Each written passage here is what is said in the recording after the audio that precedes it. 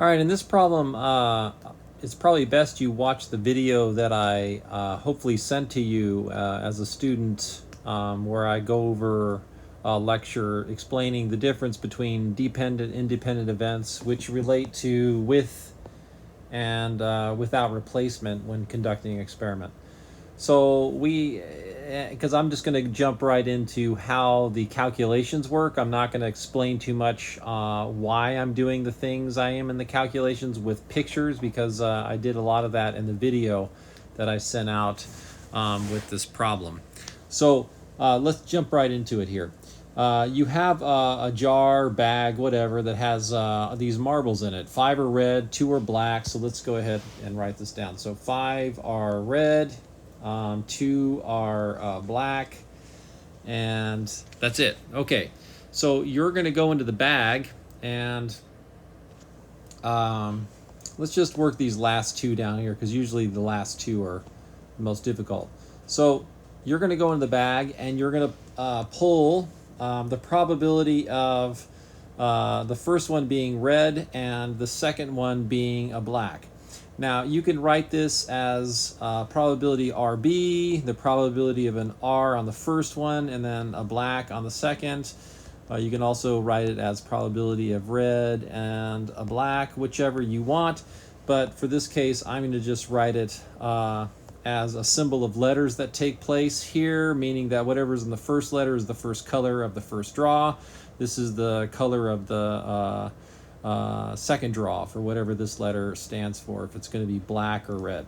All right, so I'm going in, I'm drawing a red marble on the first and a black marble on the second. The question is what's the probability if I replaced that first marble, and then what's the probability if I didn't replace that first marble, which happens in this case to be red. Okay, nonetheless, so when we have with replacement, okay, we have what's called the events are independent, meaning that and you kind of think about this. If you go into a bag and you pick out a marble, okay, let's just walk through this. So the probability, the probability of picking a red marble first, okay, and then a black marble second, is going to be the probability of picking a red marble first times the probability of picking a black marble given you picked a red marble first. Now, if we do this under the pretense of we did with replacement, okay, this probability statement ends up having to be equal to the probability of picking a red marble in the first, but we don't have to have the given or the if here, meaning that if we replace that red marble that we drew on the first draw, you don't have to worry about considering the fact that it given a red marble, or that if the red marble had first been picked, what's the chance of picking that blue or black, I can't remember, as a black marble on the second try. This actually, when the events first and second pick are independent, this collapses and just becomes the probability of just picking that black marble. And I'm sorry if I say black, blue, I'm sorry. Black is blue in this case. Sometimes I forget which color is which. I should, well, it doesn't matter if you put a BL, because BL is black and blue. But nonetheless, just if I say blue, I mean black. All right, and then this would be the probability of picking a red. And you have how many marbles? 5. I'm sorry, no, 5, and 5 are red, 2 are black. So you have a total of 7, right? So the denominator for each of these is 7. And remember, it's going to be 7 because you did it with replacement. So on that second draw, the denominator does not change out of the total number of outcomes. If you didn't, as we'll find in the second case, this will now change to 6. But nonetheless, we put back in our first marble, so the total number of marbles on the second pick are 7. What's the chance of picking a red? And I forget, we have to go back up there. It's 5 and 2. So red would be 5, and then 2 here, and so that happens to be 10 out of 49. Put that puppy in your calculator, 10 divided by 49, and you get this equal to 0.20408, blah, blah, blah. And round as fractions. Well, we did that, didn't we here? One red and one black. They've got 20 out of 49. Let's evaluate that. This is incorrect. This should be 10 out of 49. Bizarre. So that's a wrong answer they got in there. All right, nonetheless. What about if we do it with replacement? With replacement is, I'm sorry, without. We did with replacement. So if we do without, meaning we don't put our first red marble in, we're going to pick a red marble on the first. We're not going to put it back in the jar bag, and then we're going to pick that black marble. This is, again, the probability of picking that red marble times the probability of, given we picked that red marble, we now want to pull that black one. Now we'll find that the chance of pulling a red is 5 out of 7, right? Times now the black marble, there's still 2 in there, but we didn't replace that red, so that leaves the total number of outcomes possible on the second pick to be 6. So now this ends up being 10 out of 6 times 7 is 42, which is 5 out of what, 20? No, that's 5 out of 21. Hopefully they got that one right. No, they didn't get that one right either. So that's supposed to be 5 out of 21. Bizarre. All right, I went up and checked in my mind. These answers are correct for these guys. I'm not going to work them. They're similar. I mean, I guess I should maybe work this one here. I mean, what's the chance of picking 2 red marbles with replacement? I want to get down to D, but let's just show you that these guys are right.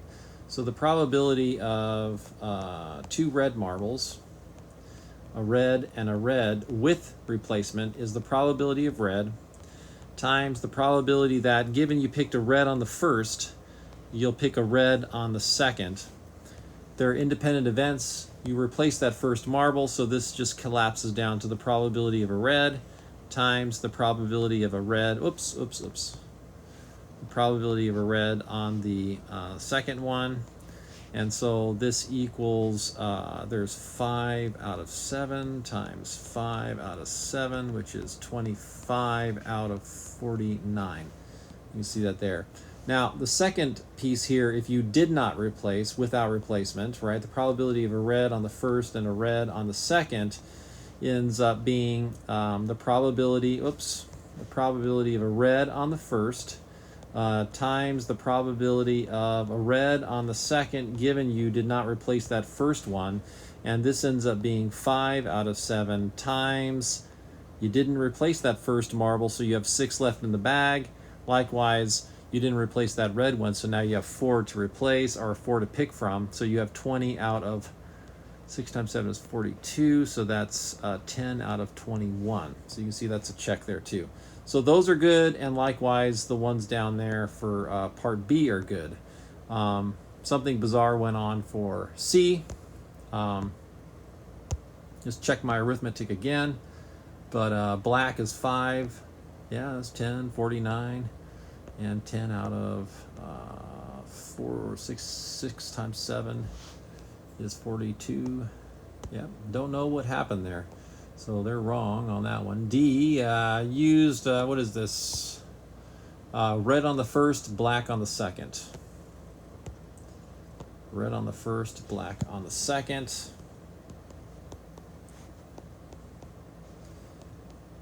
All right. Wait, we already did that.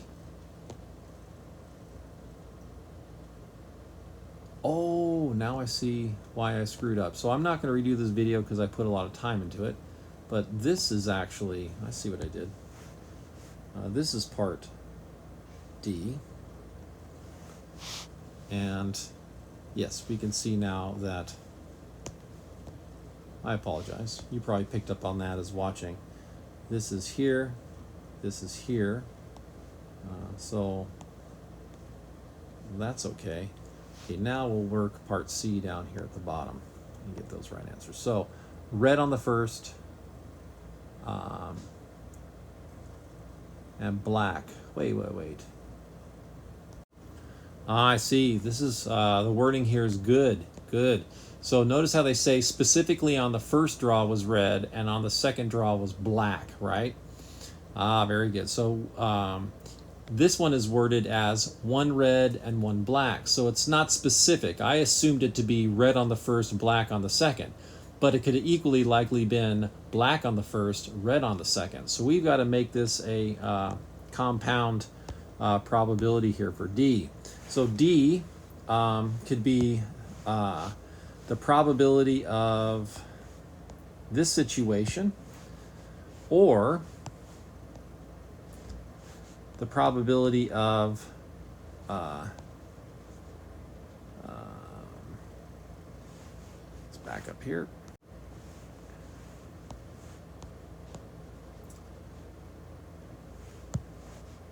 Or a black first and then a red. How are we going to do this one now? Let's carry through with our rule. So this is the OR rule, means that this is a probability of a red being first, then a black. And remember, we're doing with replacement first.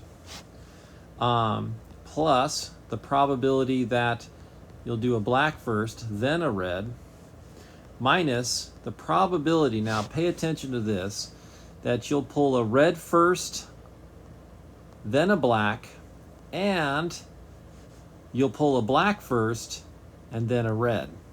Notice this is nonsense. The probability of pulling a red first, and then a black first, and vice versa for the second try, you can't pull both a red and black first if you're only pulling one marble. Or I guess these are marbles. I don't remember what these are. Whatever, marbles, coins, balls. Anyways, that's 0. So we can just sum this out as, with replacement, there's 5 probability of red times the probability of a black. Notice we don't, with replacement 2, have to put the probability of a black given a red, because that will collapse just down to the probability of a black since these are independent. Plus the probability of a black times the probability of a red. And notice this ends up just being 2 times the probability of getting a red times the probability of getting a black. And the probability of getting a red, so this is 2 times 5 out of 7 times 2 out of 7. So this ends up being 10 times 2 is 20 out of 49. Beautiful. So now we see why they got those answers up there. I didn't read it careful enough. Very good, very good. Without replacement affects things too. So, all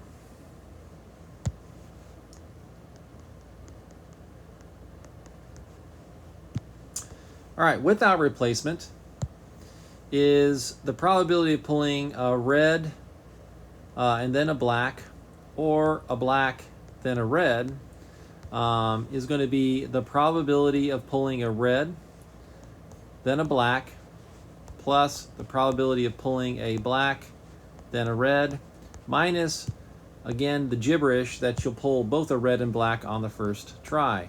A red, then a black, and a black, and a red, which is, again, gibberish. Okay, this is an expansion of the OR statement here. That second part, the minus the part of the double counts that would occur here, is gibberish and 0. It can't happen. That happens every now and then.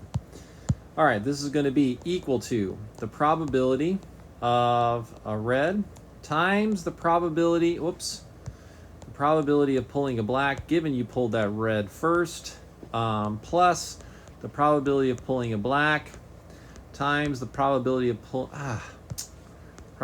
pulling a red, given you pulled that black first. Okay, walk through it. 5 out of 7 here.